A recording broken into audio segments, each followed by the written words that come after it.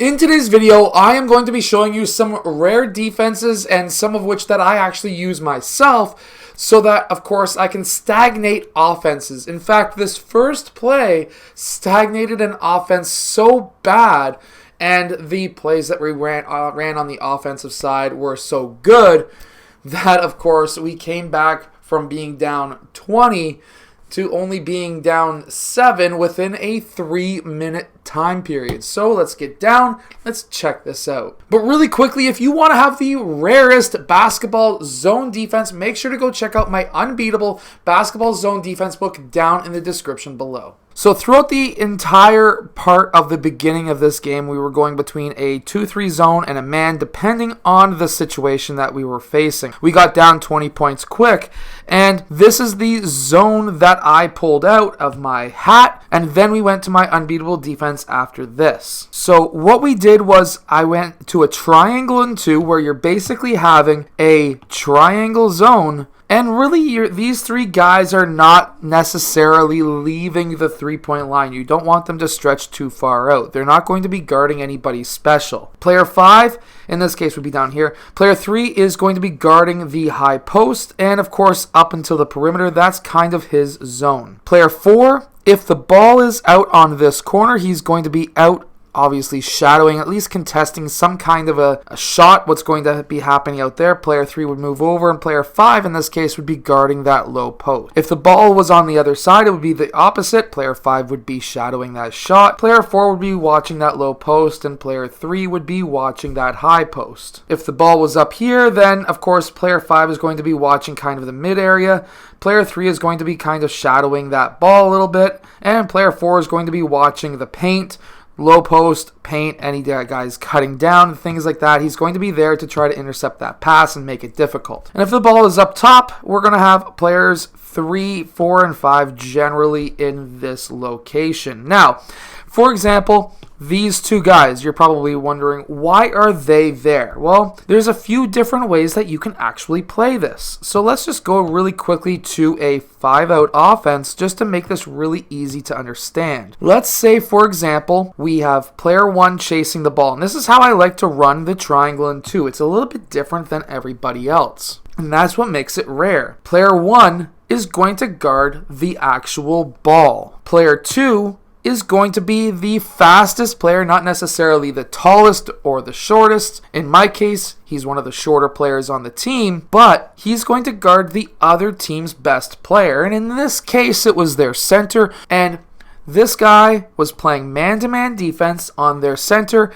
He's about 5'4"-ish, and their center is about 6'2"-ish. There's almost a whole entire foot difference between them. However, the idea is this guy is a perimeter center. He doesn't post up. And if he does, there's going to be two big guys, or one of two big guys on him, and a small guy, which means that he can't dribble. He's only going to be able to shoot right away. And that really messes with big guys. And that's how I basically play it. Because now, if player 1 was to pass to player 2, player 3 can sprint quickly over there. Player 1 will then sprint quickly over to actually guard that man, and now player 3 can go and guard the passing lane from wing to point, because this is an extremely risky pass. Obviously, now you're going to have player 5 and 4 move over, kind of like that. Now, if the ball goes to the corner, player 1 will still follow. Now, this will be a trap because player 1 was following the ball. And if they decided to cut, player 4 can move over, player 3 can move over and cut off the ability to pass. If they fill up like they do in most offenses, well, now guess what? Player 3 is already over here. This pass out is going to be most likely a lob pass, or at least at the younger levels, it's going to be a lob pass. And player 3 may be able to intercept that pass. But that's kind of the idea behind this zone. Next is a 2-1-2 zone, but this is a different version of a 2-1-2 than you may have actually seen before. This is more of a South Korean version. I don't personally run this myself,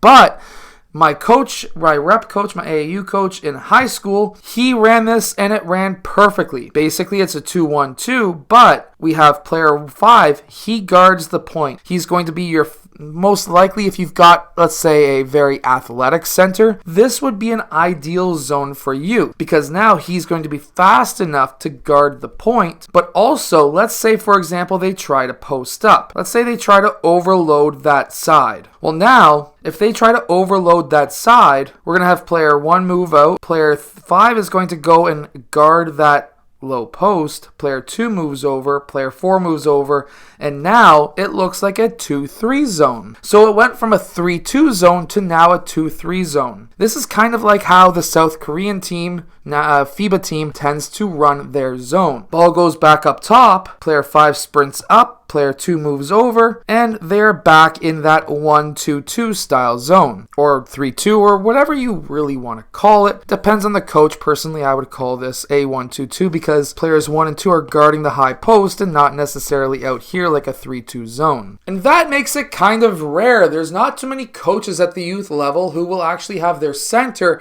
guard the point guard and then move down and guard the low post. If you've got like a tall, lanky center or a tall, very athletic, fast, quick center, this could be a fantastic option for you. But if you run with a too young of a team, that middleman might get lost in the shuffle and may totally get lost and lose where he needs to go. Now, this next one is kind of interesting, and this is one that I've used occasionally here and there, depending on the team, depending on the level of team and where we're getting stuck. But what I like to do here is have a 1-1-3 style zone, and the idea here is we'll have generally players 3 and 4 a bit higher, and I would run this more closer to the half-court line, and some coaches may call this a 1-3, but I only want these wing players to be intercepting these passes if they're able to get them. They're eventually going to sit back into a 1-1-3 zone where player 1 is going to be guarding the perimeter up top, player 2 is going to be guarding the free throw line, and these guys have their own zones down here. However, the idea of running it as a half-court style press or trap is now if this ball gets pushed over here, player 4 can try to intercept that, and if he does, or at least tries to, and he's out of position, player 5 can quickly guard that low post for that swing pass. However, with player 4 trying to intercept that pass, we could have player 4 and 1 now in that corner, pushing him back to that corner at the half-court line. Now, depending on the level that you're coaching, this may be way too difficult, or it could also be deadly as all hell. But either way, it's a fantastic zone in certain situations. It's just not very reliable to run at all times. This tends to work really well with the girl teams that I coach. So make sure to go check out my unbeatable zone defense. It's down in the description below. It basically traps the corners, doubles the low post without leaving any person open. I hope that you've enjoyed today's video. If you have, hit that like button, subscribe, and I'll see you guys again next time.